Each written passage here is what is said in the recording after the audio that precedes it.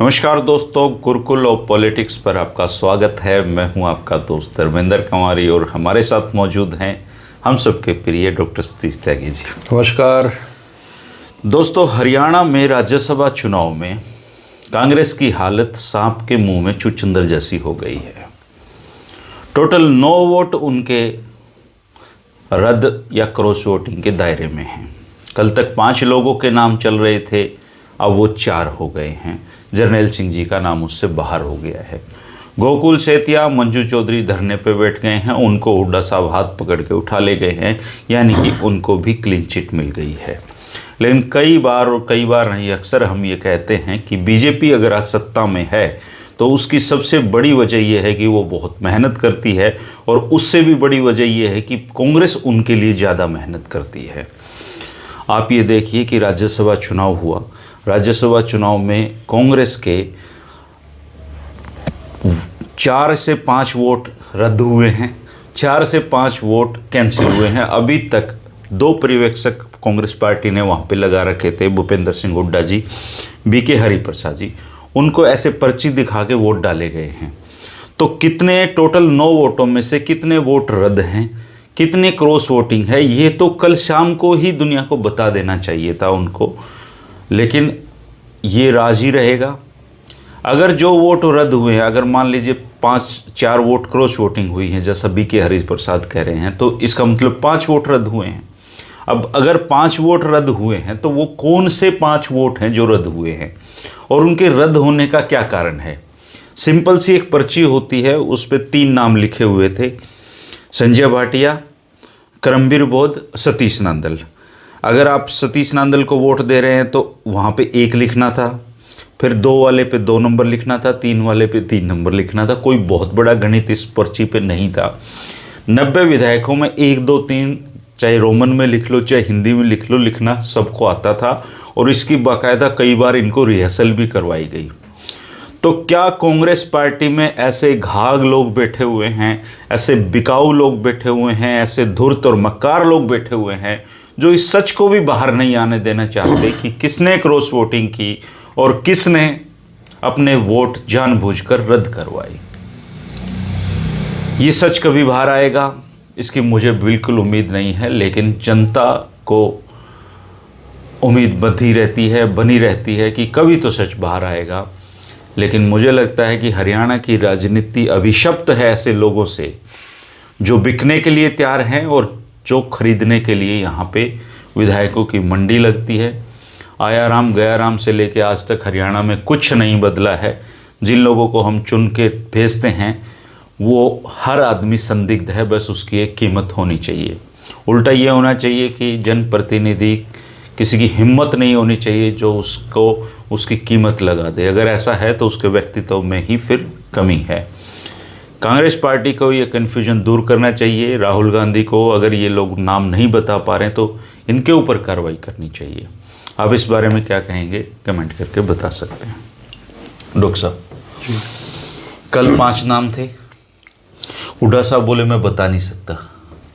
भाई ऐसी क्या मजबूरी है, क्यों नहीं बता सकते आप? बीके हरिप्रसाद, भूपेंद्र सिंह हुड्डा ऑब्जर्वर थे सर, उनको दिखा के वोट डाले गए हैं, तो उनको पता है कि किसने क्रॉस वोट किया और किसने अपना बैलेट पेपर गलत किया।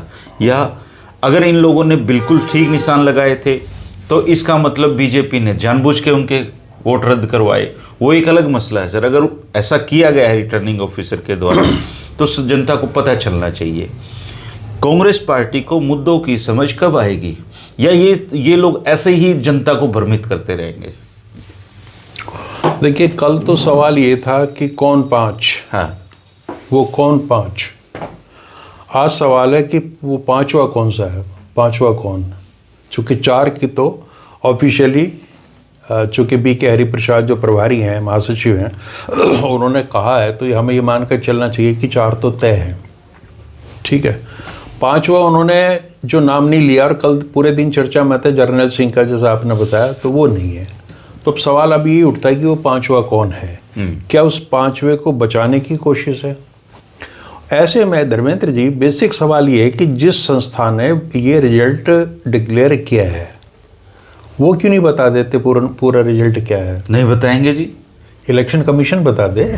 नहीं बताएंगे, सील हो गया, बंद हो गया, बस बंद हो गया। अब इसका समाधान क्या निकलेगा? ना आरटीआई में आता ये। हुड्डा साहब ने ये कहा, जो वहाँ एजेंट थे उन चीज़ों पे, उन्होंने कहा कि मैं तो पार्टी अनुशासन से बंधा हुआ हूँ। अब इसमें पार्टी का अनुशासन क्या है? कभी ना कभी तो अनुशासन टूटना है, चीज़ें बाहर आएंगी। नहीं, पार्टी में कौन सा संविधान में लिखा हुआ ऐसे कि बताना नहीं है आपको? नहीं, तो पता नहीं, संविधान तो मेरे ख्याल से कांग्रेस में जो सारी उम्र गुजार देते हैं वो भी नहीं पढ़ते होंगे। मतलब ऐसा कहाँ लिखा हुआ है कांग्रेस पार्टी ने कि आपको नाम नहीं बताने? हाँ, लेकिन जैसा वो कह रहे हैं अब ये मानना पड़ेगा। अब ऐसे में जैसे हम कल बात कर रहे थे कि नाम ना बताने का रिजल्ट ये है कि हर एक आदमी डाउटफुल हो गए जी। जिनका ईमान है वो भी डाउटफुल, जब बिक गए वो डाउटफुल। हाँ, अब समस्या और भी बड़ी होगी कि चूंकि पांचवा नाम नहीं आ रहा, तो अब ये लग रहा है कि वो पांचवा कौन है। चलो इन चार का तो पता चले। चार का तो ये तो गीता बुकल जी ने ही बता दिया। हाँ, और अब सवाल ये भी है कि क्या किसी को बचाने की कोशिश हो रही है? अब ये कह रहे हैं कि गोकुल सेतिया और मंजू चौधरी वहाँ बैठे थे धरने पे। उनके धरने पे बैठने की कोई आवश्यकता, कोई लॉजिक हमारी तो समझ में आया नहीं क्यों बैठे थे। और आज भी गोकुल सेतिया ये कह रहे हैं कि मेरे मुख्यमंत्री से व्यक्तिगत संबंध है। हम कह रहे हैं कि व्यक्तिगत संबंध होना कोई आपत्तिजनक बात नहीं है, लेकिन आप इस चीज़ को बार बार क्यों दोहरा रहे हो? अब क्या हो गया भाई?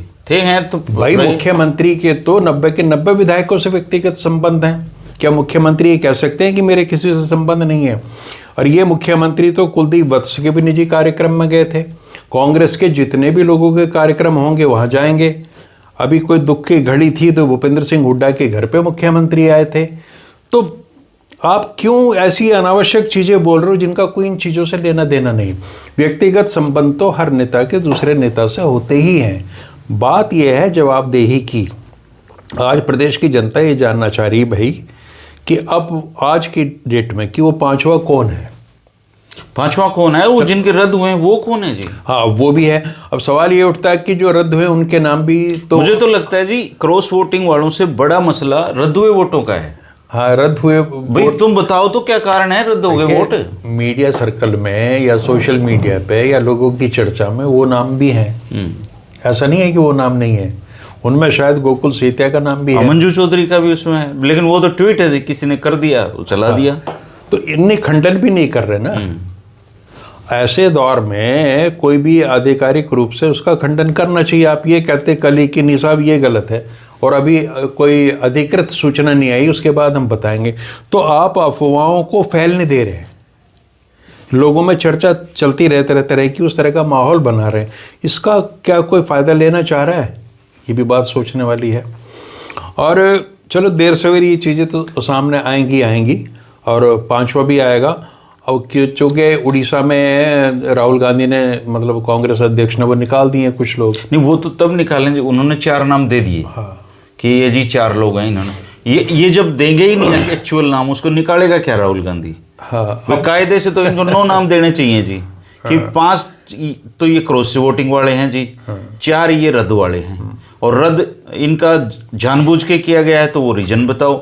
अगर इन्होंने जानबूझ के खुद निशान गलत लगा दिए तो वो रीजन बताओ जी। कांग्रेस पता नहीं क्यों अपने इन नवरत्न जो है ना, 9 नवरत्न, नवरत्न कह रहे हैं जी, जाहिर नहीं करना चाह रहे वो।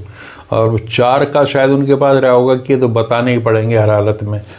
अब ऐसे में यही है कि हर एक आदमी को आपने डाउटफुल बना दिया और लोग जो हैं अपने ढंग से इसकी इंटरप्रिटेशन करने के लिए स्वतंत्र हैं। हो क्या रहा है कि जिसकी कोई व्यक्तिगत खुंदक किसी विधायक से है या किसी पॉलिटिकल पार्टी या ग्रुप से जुड़े, वो उसका नाम आगे कर रहे हैं। तो ये जो कन्फ्यूजन क्रिएशन हो रही है, इसको होना तो ये चाहता बहुत जल्दी इसका समाधान हो जाता, स्थिति साफ हो जाती, लेकिन इसको बढ़ाया जा रहा लगातार। तो इस तरह की लोगों में मतलब सवाल उठना उनके दिमाग में जायज़ है कि इसके पीछे कहीं कोई षड्यंत्र तो काम नहीं कर रहे। हो सकता है ना कर रहे हों, लोग लेकिन चला रहे हैं कि हुड्डा साहब ने अपने विधायकों को पैसे भी कमवा दिए और सीट भी जितवा दी। तो जो हुड्डा साहब के विरोधी हो तो ऐसी बात करेंगे, जो शैलजा के विरोधी हैं वो अपने हिसाब से बात करेंगे। या तो ये तो चल रहा है इन चीज़ों में कोई अर्थ नहीं है। कल तक ये कह रहे थे साहब उसमें शैलजा के लोग ज़्यादा हैं, है ना। तो कांग्रेस की जो कांग्रेस कोई भी ऐसा मौका नहीं छोड़ती अंतर्कलह का और उस अंतर्कलह का प्रदर्शन करने का कि जो वहाँ कोई स्थिति पैदा हुई, इसका उन्होंने लाभ उठाना ही उठाना, चाहे उसमें अपना कितना नुकसान हो जाए। तो एक तो चीज़ मुझे ये लग रही है कि कांग्रेस पार्टी अतीत की अपनी गलतियों से कुछ भी नहीं सीखती, ना सीखना चाहती, ना कोई मन में भी नहीं है इनके। दो विभिन्न धड़ों के लोग जो हमसे मिलते हैं वो ये हमें ये कन्विंस करने की कोशिश की जा रही है कि ये शैलजा के लोग थे। हुड्डा साहब वाले के लोग कह रहे हैं कि ये वो शैलजा जी वाले पक्ष वाले कह रहे हैं हुड्डा साहब के लोग, हुड्डा साहब के लोग हैं।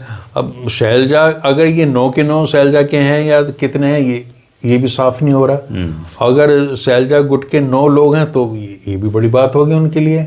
9 तो टिकट ही नहीं मिली थी उनको। तो ये तो सिचुएशन हो गई। अब दुर्भाग्य की बात यह है कि देखिए एक कलंक हमारे माथे पर लग गया था हरियाणा के निर्माण के साथ ही, आया राम गया राम, हम उसको जारी रखे हुए हैं। उस दौर की कहानी मैंने अब तो अपनी किताब में लिखी है बहुत विस्तार से कि एक एक दिन में 3-3 बार 4-4 बार हाँ पशुओं की तरह बिके हैं, पता ही नहीं चल रहा था कौन कहाँ जा रहा है। और उसके बाद भी हरियाणा के बनने के बाद में जो चीज़ें हुई हैं, एक मास्टर कलाकार हमारे यहाँ पैदा हुए चौधरी भजन लाल, जो कहते थे कि मैं अकेला भी चुना गया तो मैं मुख्यमंत्री मैं ही बनूंगा पब्लिकली। दुस्साहस देखिए, तब तक दल बदल का कानून नहीं लगा था।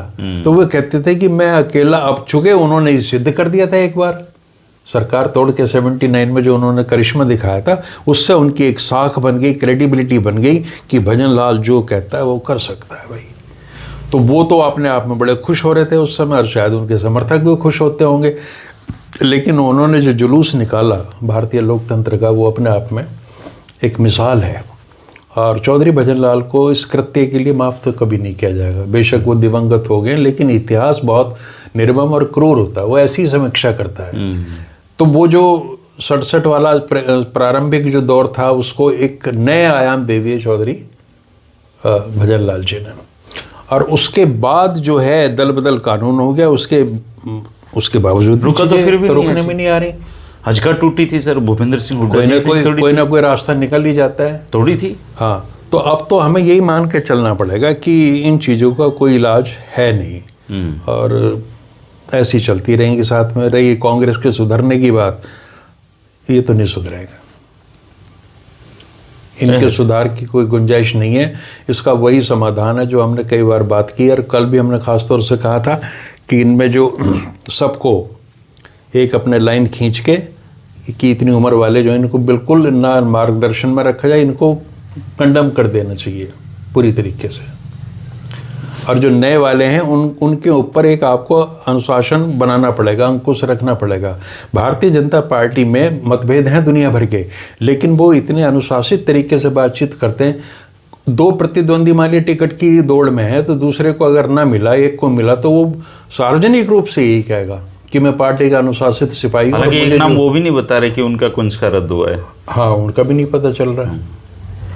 तो ऐसे में क्या है कि जो मतलब सरकार समर्थक लोग हैं, उनकी अपनी एक व्याख्या है, और जो सरकार के विरोधी हैं वो ये मान कर चल रहे हैं। अब इस समय कल्प्रिट बन रही है बीजेपी इस अर्थ में कि उसने 4 वोट जो है ये ज़बरदस्ती कैंसिल कराए, होने नहीं चाहिए थे, जो बीबी बत्रा जी की बातचीत से जाहिर होता है, और वो रोने भी लगे।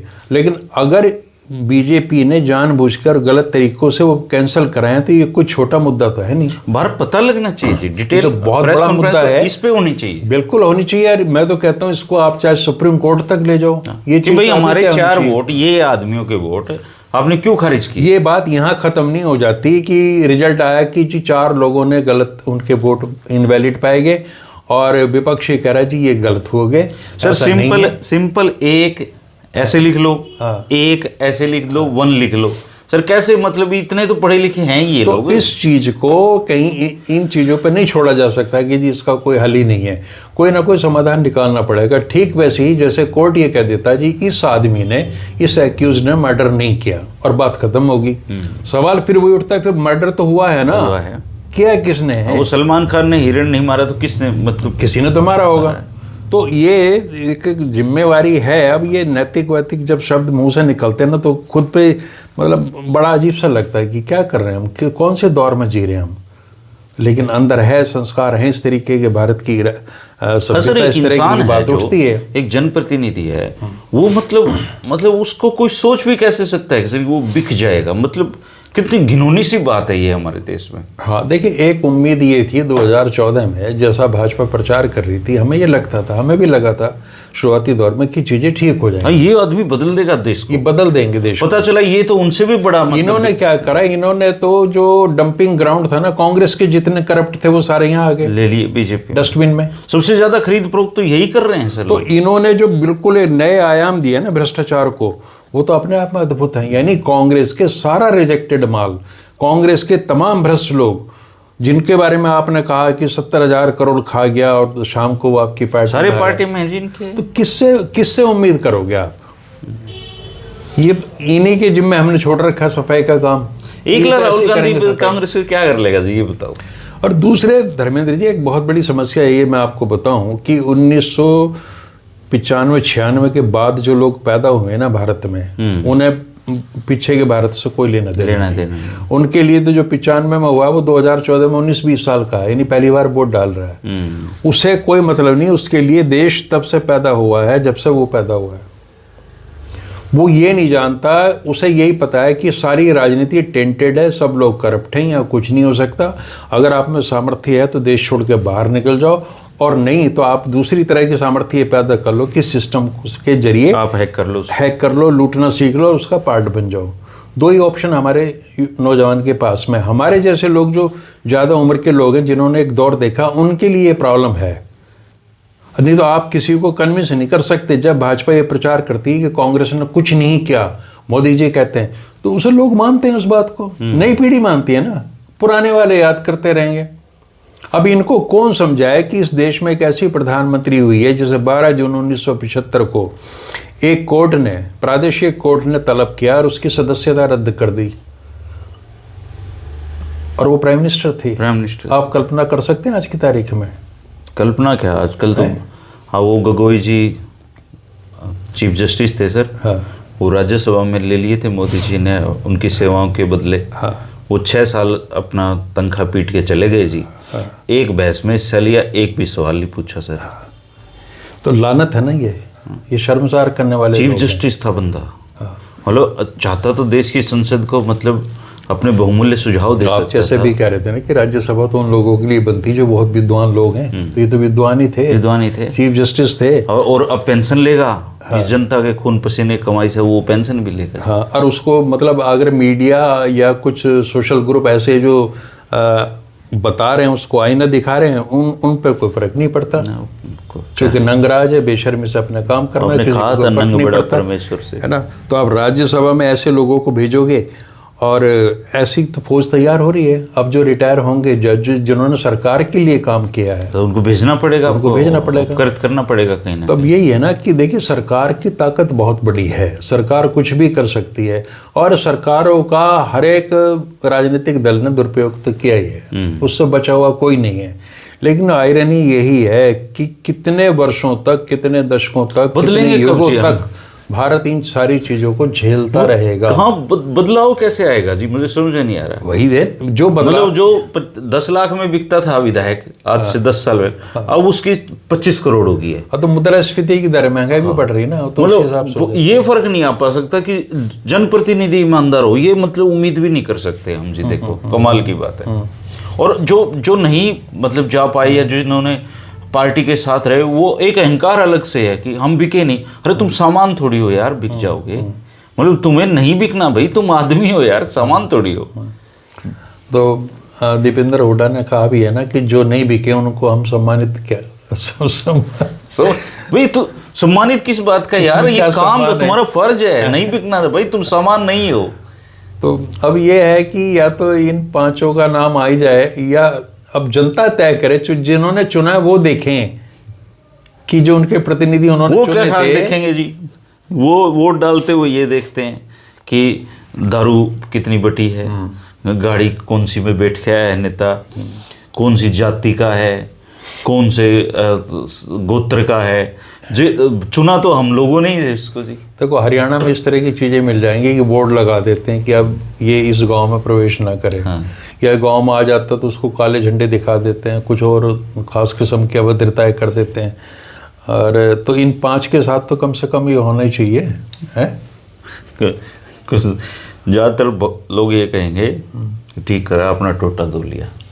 हाँ, तो वो कहती हैं इस बात को। तो मैंने आपको एक कहानी नहीं सुनाई थी, मेरे पिताजी सुनाते थे कि एक ही गांव से दो लोग थे, थानेदार बने थे, एक बहुत ईमानदार और एक बेईमान, और दोनों के बारे में गांव आलोचना करता था कि देख सारा जीवन ये पुलिस में रहा, थानेदार रहा और कुछ नहीं कमाया, बड़ा बेवकूफ़ आदमी है, ईमानदारी में मर गया, ईमानदारी लेके बैठ गई इसको तो। और जो बेईमान था उसको कहते हैं कि देखा क्या ठाठ है, इसे कहते हैं लूट लूट के खा के घर भर लिया अपना। तो हम वो जनता हैं, तो हमारे अंदर नागरिक बोध, सिविक सेंस है ही नहीं। और भाई इसके लिए तो धर्मेंद्र जी नहीं है जिम्मेवार, तो नेहरू जिम्मेवार है। हाँ, गैस की किल्लत के लिए नेहरू जिम्मेवार, सब चीज़ों के नेहरू जिम्मेवार है। चूँकि भाई शुरुआती दौर में नेहरू ने नेतृत्व दिया, तो अगर इस देश में नैतिकता नहीं जन्मी है ना, और इस देश में मूल्यों की राजनीति नहीं पनपी, तो उसके लिए नेहरू जिम्मेवार है। और उम्मीद है सर कोई आगे है, कोई मतलब कुछ हम बदलेंगे? नहीं, देखो मैथिली शरण गुप्त की बड़ी चर्चित कविता नर हो न निराश करो मन को, तो उससे तो ये लगता है कि हम नर तो हैं, तो निराश भी नहीं होना चाहिए, लेकिन आशा की कोई आधार नजर नहीं आता। ऐसे ही गिरेंगे, हम ये मान के चलते हैं कि अभी घड़ा भरा नहीं है, जिस दिन भर जाएगा उस दिन फूट जाएगा, लेकिन इस घड़े का साइज इतना बड़ा हो गया है हमारी आंखों के सामने, ये नहीं भरेगा कि इसमें कितना ही भर दो उतना ही कम है ना। तो लोगों का जो सोशल अप्रूवल है ना गलत आदमी के लिए, कि अपना टोटा दूर करेगा, अब नहीं करेगा तो कब करेगा, चलती में नहीं चलाएगा तो कब चलाएगा, ये जो मुहावरे हैं जो हमारे जीवन की दिशा को तय कर रहे हैं, हमारी सोच को प्रभावित कर रहे हैं, इन्होंने सत्यानाश कर दिया। हम हर चीज़ को जस्टिफाई कर देते हैं, या कितना ही गंदा, यहाँ तो रेपिस्ट को भी जस्टिफाई कर देते हैं लोग। जितने हैं उत्तर प्रदेश पूर्वांचल में माफिया हैं वो सारे करा देते हैं, जिस महिला से उसने उससे शादी करा देते हैं जी उसकी। हाँ, रॉबिन हुड कह के आपका अगर बदमाश की आप इज्जत करोगे, एक कोई बाहुबली है उत्तर प्रदेश के, वो आजकल हरियाणा में आ जाते हैं, हर दूसरे तीसरे महीने आ जाते हैं, सम्मान हो रहा है उनका, सार्वजनिक सम्मान। उनसे पूछा जाता है कि दबदबा कब तक कायम रहेगा, वो कहेंगे अभी तो रहेगा। ये दबदबा है क्या है? हरियाणा के लोगों ने तो कभी किसी का दबदबा माना ही नहीं आज तक। अब बाहर कैसे कायम हो गया? बाहर से चीजें आयात की जा रही हैं, दबदबे के जो इंस्ट्रूमेंट हैं बड़े बड़े, उनको यहाँ लाया जा रहा है, और यहाँ भी वही चीजें हो रही। तो उनकी छत्र छाया में टुच्चे मुच्चे से लोग भी गुंडे बदमाश होने लगे, वो भी अपने आप को दबंग मानने लगे, यानी कि आपके आदर्श बनने लगे। वो दुर्भाग्य की बात है धर्मेंद्र जी ये कि हमारे हरियाणा के मेहनतकश लोगों के बच्चों के आदर्श पूर्वांचल से निकलने लगे। उनकी वीडियो देखते हैं, रील देखते हैं कि कैसे वो दबंग अपने पोती पोतों के साथ में खाना खा रहा है, कहते अरे देखो कितना घरेलू सा आदमी है। कोई नहीं देखता कि उसके अतीत में क्या है। तो अगर प्रेरणा के स्रोत ऐसे लोग होंगे तो भविष्य यही होगा जो कुछ हो रहा है। ठीक आदमी अगर चुन के नहीं भेजेंगे तो ये ऐसे ही बिकेंगे जी। एक्सटॉर्शन का ऑर्गेनाइज्ड क्राइम है यहाँ जो स्थापित हो चुका है। एक सज्जन मुझे बता रहे थे कि जब ये आते ना कि 5 करोड़ दे दे 2 करोड़, बोले आप क्या सोचते हो, उसके बाद बात खत्म हो जाती। बोले ये सारी पेमेंट होती है, ये पैसा दिया जाता है, वैसे ही पीछा नहीं छूटता। हमें ये गलतफहमी थी कि शायद एक बार कह दिया हो किसी ने और फिर बात आई गई होगी। बोले ना ऐसे छोड़ देंगे तो फिर कैसे राजनीति में कमिटमेंट हो जाता है ना। हाँ, वो फिर निभाना पड़ता है। लोग कहते भी हैं, गुंडों के बारे में नहीं कहते कि एक खासियत है, यारों का यार है ना। जुबान का बड़ा पक्का है। तो हम तो बदमाशों में, इन दबंगों में, इन माफियाओं में, इन गुंडों में अपने आदर्श ढूंढते हैं, इनमें हम विशेषताएं ढूंढते हैं। चूँकि हमारे पास पैरेलल कोई अच्छे लोगों का तंत्र है नहीं, और जो अच्छे लोग हैं वो बेचारे डर के ऐसे बैठे हुए बिलों में कि जैसे तैसे यार अपना टाइम काट रहे हैं जी, अपना टाइम काट रहे हैं जी। तो ये पूरी दुनिया का ये है। और बस इस चीज़ों से तसल्ली हो जाती है कि कल की आ चुके हैं, 25 साल के हो गए हैं, वो आएंगे सिर्फ यहीं पे। अच्छा, 25 साल के हो चुके कल की जी। दुनिया भर की वीडियो भरी। वो जिनका वो प्रमोद कृष्ण मंदिर बना रहा था कल की जी का, बहुत लोगों ने तैयारी की है। एक ने बताया कि वो जयपुर में उनका जन्म हो चुका है, ओके, राजस्थान में, और 25 साल के हो गए हैं, अभी सूक्ष्म जगत में है। ये कल की जी अमेरिका में, ईरान में, वहाँ क्यों नहीं आते? यहीं आएंगे। अच्छा, चूंकि पाप यही है ना, जहाँ अवतार कहाँ जन्म लेंगे, जहाँ मतलब चाइना में कल की पैदा नहीं होता, सिर्फ यहीं आएगा। और यहीं से, और जो भविष्य की बात कर रहे हो आप, कितने लोग मुझे मिलते हैं कि भविष्य मालिका में ये लिखा है। अच्छा जी, भविष्यवाणी का कोई ग्रंथ है जिसके बारे में लोग छाती ठोक के बात करते हैं। भविष्यवाणी का, हाँ, ओके। और उसमें वो बताएंगे कि उसमें पहले ही लिख दिया ये, मतलब ये जो युद्ध हो रहा है ना ईरान इजराइल का, पहले ही लिख दिया। ये भी उसमें लिखा हुआ है कि 13 देश जो हैं मिलके और चाइना भारत पर अटैक करेंगे, ये भी है। और उसी में जब आप ये चीज़ें पढ़ते रहोगे तो फिर उसमें ये कहा जाएगा कि फिर एक ऐसा व्यक्तित्व पैदा होगा, एक ऐसी ऊर्जा का भंडार होगा जिसमें इतनी अग्नि होगी जिसकी तपिश से उसके पास भी कोई भ्रष्टाचारी भी नहीं बैठ सकता। मोदी जी समझ रहे होंगे आप किन की बात में। और अगर उनकी नहीं तो दूसरे वाले की बात हो जाएगी कि एक ऐसा आएगा जो बंद गले का वो कुर्ता पहनेगा, भगवा रंग का है ना, और नीचे धोती सी बांधेगा सिर में, हाँ, और वो ऐसे उसको दिखाते हैं जैसे 8-10 घोड़े रथ में आ रहा है यूं करते हुए, है ना, और ऊपर से सूरज इतने सारे हो रहे हैं और आके वो सारे अंधकार को मिटा देगा। तो एक तो आ चुके, आप तो नहीं हो, कल की ना मेरा तो खैर के होना है। और दूसरे यहाँ तो ये कौन फैला रहा है, ये साजिश है, कॉन्स्पिरेसी कौन कर रहा है कि भाई अभी, हाँ, इसीलिए ये भी योजना का पार्ट है कि अभी जो कुछ हो रहा है वो सब प्रभु की इच्छा से हो रहा है। अगर कोई बलात्कार कर रहा है, कोई अपराध कर रहा है, पापों से दुनिया भर रही है, तो प्रभु ऐसे चाहते हैं। चूंकि एक माहौल बन रहा है कि उन्होंने जन्म लेना है, अवतार दुष्टों का, नॉर्मल कंडीशन में हीरो नहीं वैसे नहीं आते वो कभी भी। तो जब ये पूरा यहाँ हो जाएगा क्लाइमैक्स, तब वो आएंगे, है ना। जिस 2014 में आए थे तो उस समय शायद 10-11 साल के थे, कितने साल के। मैं पहले भी कहा था जिसको कल के अवतार मान रहे उसने किल की निकालो किस देश की। एक्चुअल में वो किल की अवतार ये है ना। तो ये मैं कहने का आशय ये है कि ये जो थॉट लोगों के दिमाग में बिठाए जा रही हैं ये चीज़ें सोशल मीडिया के थ्रू, कितने ही ज्योतिषों के वो पढ़ लो, उसके थंबनेल से ये लगेगा कि ये आदमी मोदी के खिलाफ कुछ बोलेगा। अब हमें तो मज़ा आता है चूँकि हम मोदी के विरोधी हैं, बहुत लोग मानते हैं इस चीज़ को, है ना। अब जब जाके हम 1-2 मिनट देखते हैं तो फिर उनका असली रूप सामने आ जाता है कि 2029 में ही होगा। देखो ये भारत का सौभाग्य है कि उसे एक ऐसे राजनीतिक दल के पास सत्ता है भारत की, जिसने 2014 का चुनाव जीतने के बाद 19 की, 24 की, 29 की, 34 की, 39 की, 44 की, सारे चुनावों की एक साथ ही योजना बना रखी, कैसे कैसे जीतने और कैसे कैसे आगे चलेगा। असल में तो भविष्यवाणी का उनको रास्ता दिखा रही है। हाँ। मुझे हरियाणा में कितने लोग मिलते हैं बिल्कुल ऐसे नॉर्मली कहे, भाई साहब देखो अगली सरकार तो भाजपा की हर हालत में, वो तो कहीं जानी नहीं है। और हाँ, इन नेताओं को सबको विश्वास है कि भाजपा ही आएगी। भाजपा के नेता कहते हैं कि भाजपा ही आएगी, और इसलिए ये सब अपना भविष्य तलाश रहे हैं भाजपा में। ये जो कांड हुआ है दल बदल का, ये भी इसी सोच के तहत हुआ है। तो बीजेपी ने कितनी गहराई से लोगों के दिमाग में ये बात बिठा दी है कि भाई अगली सरकार भी बीजेपी की है, और अगर धर्मेंद्र जी अगली सरकार भाजपा की है तो आप और हम जैसे कुछ लोगों को, सिरफिरे लोगों को छोड़ के कौन नहीं जो सरकार के साथ नहीं जाएगा। सब जाएंगे जी। तो जाएंगे नेचुरली। ये धर्मपाल मलिक जी हैं ताऊ जी जींद से, वो कहते हैं देखो धर्मेंद्र, 30-40% लोग साइंटिफिक टेम्परामेंट के हर कंट्री में रहते हैं, तो यहाँ भी रहेंगे भले ये लोग, ये अपना आपस में बोल बतला के टीवी पे, सोशल मीडिया पे अपने आप मतलब भड़ासी निकालते रहेंगे। लेकिन आम तौर पे बोला जब किसी भी देश का पतन शुरू होता है तो उसकी अधिकांश जनता किसी एक आदमी को भगवान मानने लग जाती है। अच्छा, इनकी धर्मेंद्र जी बड़ी इंटरेस्टिंग बात है, बात में ध्यान आ गया। आपको बड़ी चिंता रहती है साइंटिफिक टेम्परामेंट की कि वैज्ञानिक मन नहीं है हमारा। यहाँ कितना बड़ा वैज्ञानिक चमत्कार हो जाए दुनिया में, वैज्ञानिक तो हम इतने, हम कहते हैं कि ये तो युगों पहले हमारे यहाँ थी सारी चीजें, सारे न्यूक्लियर वेपन्स थे जो महाभारत में यूज हुए थे। हाँ, सब थे जी। और एरोप्लेन्स हमारे पास थे, पता नहीं, पर मिसाइल हमारे यहाँ थी सारी की सारी। यानी इस बात पे गर्व, विमान भी था, इस बात पे गर्व है ना उनको कि ये जो छोटी मोटी चीजें साइंस अब कर रही है ये तो बहुत पहले थी ओरिजिनली। तो फिर वैज्ञानिक मन तो इनका है, लेकिन ये अपनी वैज्ञानिकता से इतने ज्यादा उब चुके हैं, इन्होंने ये मान लिया कि ये जो आज का विज्ञान हो गया इसमें कुछ दम नहीं है, पिछड़ा लो। हाँ, तो हमारी तो माइंड सेट यार, इसीलिए लोग हंसते हैं हमसे।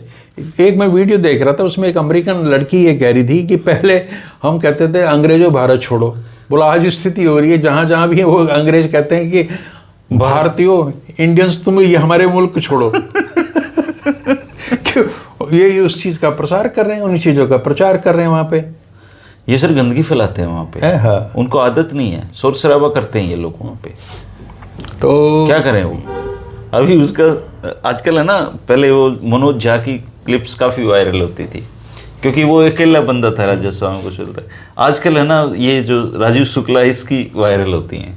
हाँ। तो आज इसकी एक रील देख रहा था मैं, ये राज्यसभा में बोल रहा है तो पहले शिवराज सिंह चौहान बोलते हैं कि अकेले नरेंद्र दामोदर दास मोदी ऐसे व्यक्ति हैं जिन्होंने गरीबी को दूर करने की कोशिशें की।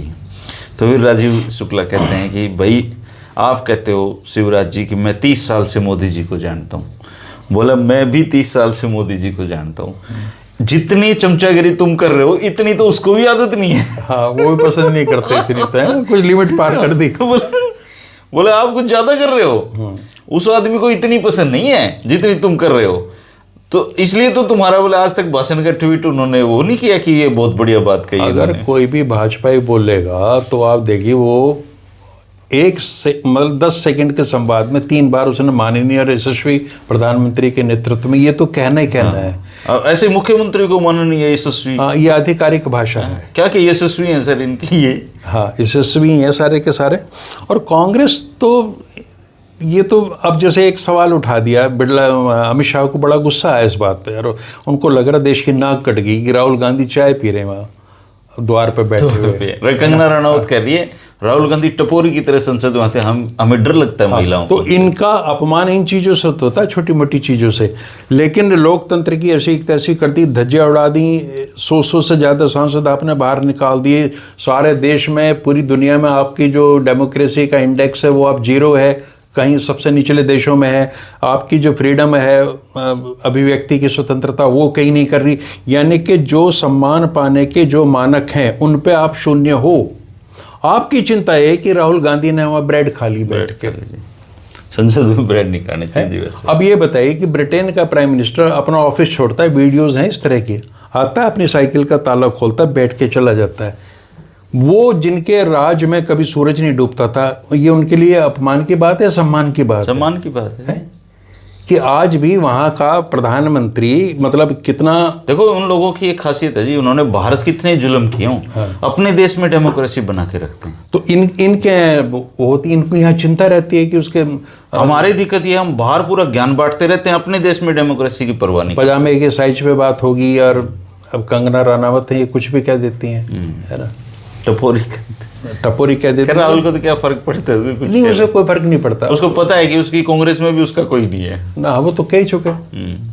जब उन्होंने ये कह दिया यूपी में कि मुझे 100 लोग चाहिए, तो इसका मतलब जो चाहिए ना, है नहीं ना उनके पास। है नहीं जी, क्या 100 लोग चाहिए टिकट के लिए? मगर ऐसे लोग चाहिए जो मेरी तरह सोचते हो, तो हम दुनिया को बदल देंगे।